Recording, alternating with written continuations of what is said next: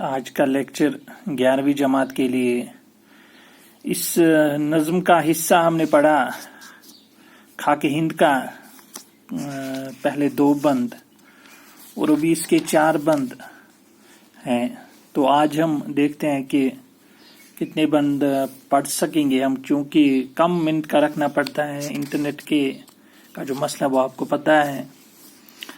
گوتم نے آبرو دی اس معبد کہن کو، سرمد نے اس زمین پر صدقے کیا وطن کو. اکبر نے جام الفت بخشا اس چمن کو، سینچا لہو سے اپنے رانا نے اس چمن کو.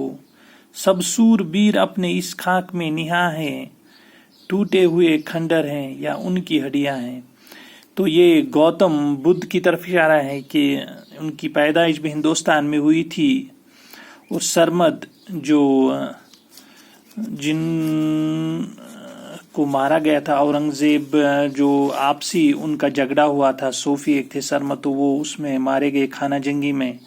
اکبر نے جام الفت اور جام الفت بخشا اس چمن کو، جو ہندوستان تو آج بھی کہا جاتا ہے اکبر دا گریٹ، کیونکہ اس نے ہندوستان کی بہت سی ریاستوں کو ملایا اور ایک سیکولر ٹائپ کے حکمران تھے. حالانکہ زیادہ ہی ان نے کچھ مذہب کی توہین بھی کی، کسی جگہ پہ کی تھی، اکارڈنگ ٹو سم ہسٹورینز، کچھ تاریخ دانوں کے مطابق.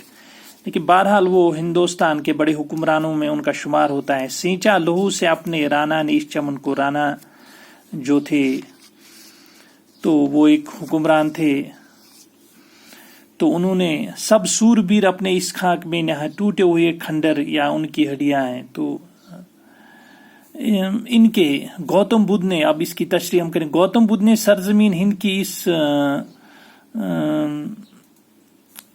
پرانی عبادت گاہ کو عزت و آبرو بخشی. شیخ سرمد جیسے بزرگ نے اپنا وطن چھوڑ کر اسی سرزمین کو اپنا گھر بنا لیا. شہنشاہ اکبر نے اس ملک میں محبت کا پیغام دیا. رانا نے اس سرزمین کے لیے جان دے دی. اس سرزمین میں بڑے بڑے بہادر دفن ہیں، ان کی یادگاریں اس سرزمین پر موجود ہیں. تو یہ اس کی تشریح ہے، سیدھی تشریح آسان لفظوں میں. دیوار در سے اب تک ان کا اثر آیا ہے، اپنی رگوں میں اب تک ان کا لہو رواں ہے. اب تک اثر میں ڈوبی ناقوس کی فگا ہے، فردوس گوش اب تک کیفیت ازا ہے.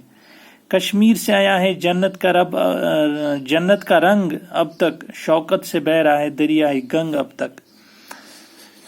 تو اس کی تشریح، جن بہادروں نے اس سرزمین کے لیے اپنی جان دے دی، ان کی بہادری کا اثر سرزمین میں اب بھی پایا جاتا ہے. جیسے دیوار در سے اب تک یا ان کا اثر ہے، اپنی رگوں میں اب تک ان کا لہو رنگ. جیسے جن بہادروں نے اس زمین کے لیے لڑا، چاہے وہ تحریک آزادی برطانیہ کے خلاف تھی ہندوستان کی، یا باقی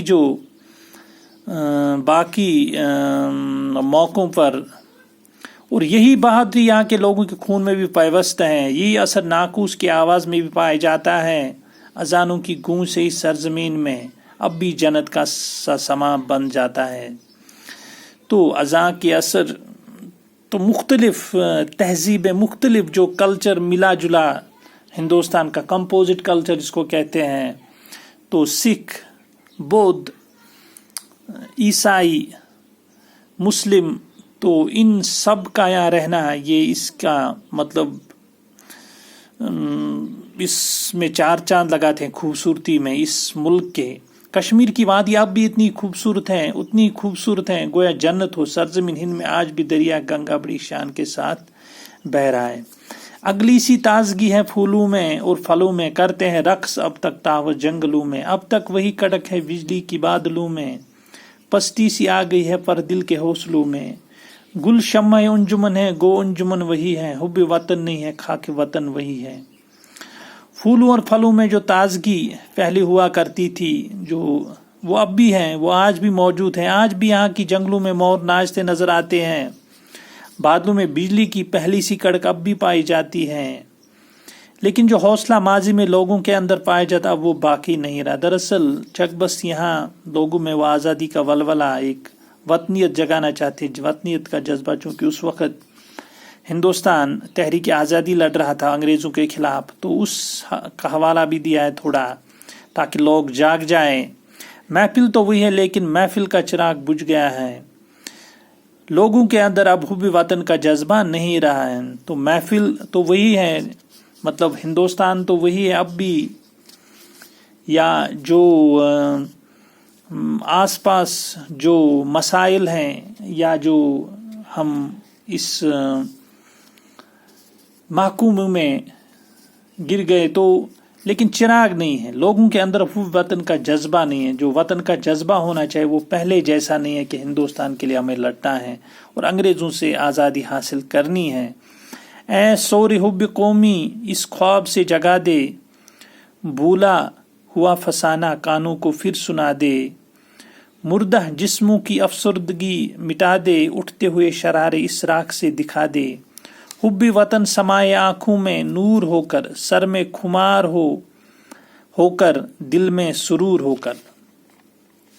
تو آخر پہ یہ اپنے مخاطب ہوتے ہیں کہ ان کو جگایا جائے، جو قومی جو لوگ ہیں، اور وطن کی محبت ان کے دل میں جگائی جائے تاکہ وہ بھی اس ظلم کے خلاف اٹھ سکیں اور آزادی کی تحریک میں حصہ لے سکیں. اس کی تشریح شاعر تمنا کرتے ہیں کہ وطن کی محبت دلوں میں پھر سے پیدا ہو جائے، لوگ پھر سے پہلی کی طرح حب وطن سے سرشار ہوں اور بجھے ہوئے دلوں میں حب الوطنی کے شرارے پھر سے اٹھیں.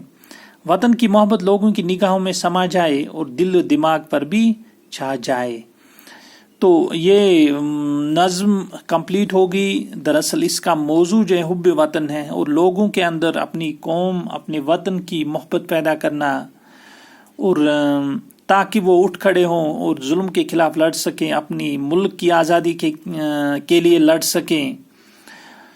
تو اس کے جو سوالات ہیں وہ ہم اگلے لیکچر میں کریں گے. فی الحال ہم یہاں پہ دیکھتے ہیں جو الفاظ معنی وہ بھی پڑھ لیتے ہیں. کوئی اس میں غلط بات نہیں، چونکہ الفاظ معنی آپ نوٹ بک پہ بھی لکھیں گے، جو آپ نوٹ بک بنائیں گے یا جو بھی آپ نوٹس بناتے ہیں اس پہ الفاظ معنی ضرور لکھنا چاہیے. اس سے آپ کی ووکیبلری بڑھے گی، چاہے انگریزی ہو، یہ میں بار بار کہتا ہوں، چاہے کشمیری کی ہو، چاہے اردو کی ہو، زبان جو بھی زبان ہو اس کی ووکیبلری ہونی چاہیے. اور یہاں پہ ہم دیکھتے ہیں فیض بلائی، جبیں ماتھا پیشانہ، ماتھا جیسے کشیر پہ ہونا ڈیکت، ماتھا جبیں، ازل آغاز، اوج بلندی، عزوشان عزت و مرتبہ، وحشت ڈر، ابر بادل، مہر آفتاب، دانش عقل علم، معبد عبادت گاہ جیسے مسجد یا باقی مندر ہندوؤں کے لیے اور کرسچن کے لیے گرجا گھر، عیاں ظاہر، نہاں چھپا ہوا، ناقوس شنکھ جو ہندو پوجا کرتے وقت بجاتے ہیں تو بجاتے ہیں وہ ناقوس، کچھ گھنٹی یا جس کو ہم کشمیری میں بولتے ہیں،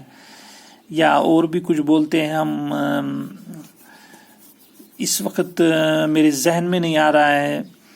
فگا، نالہ فریاد، فردو جنت، رقص، ناچ، تاؤس، مور، انجمن، محفل، افسردگی، پزمردگی، مایوسی.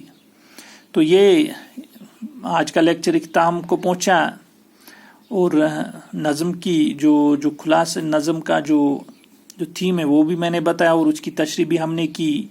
اس سے پہلے والے لیکچر میں 2 بند کی اور آج ہم نے 4 بند کی. امید ہے آپ اس کو نوٹ کر رہے ہوں گے، اور خاص کر جو سوالات لیکچر ہوئے ان کو آپ سنیں گے اچھے سے، اور آپ کے پاس جو بھی مواد ہو اس سے آپ فائدہ حاصل کر سکیں. اور ایگزام چاہے آن لائن ہو یا آف لائن ہو، جس کے بارے میں ابھی کچھ پتہ نہیں کہ کیسے ہو، آپ اس کی تیاری کرتے رہیں گے. شکریہ.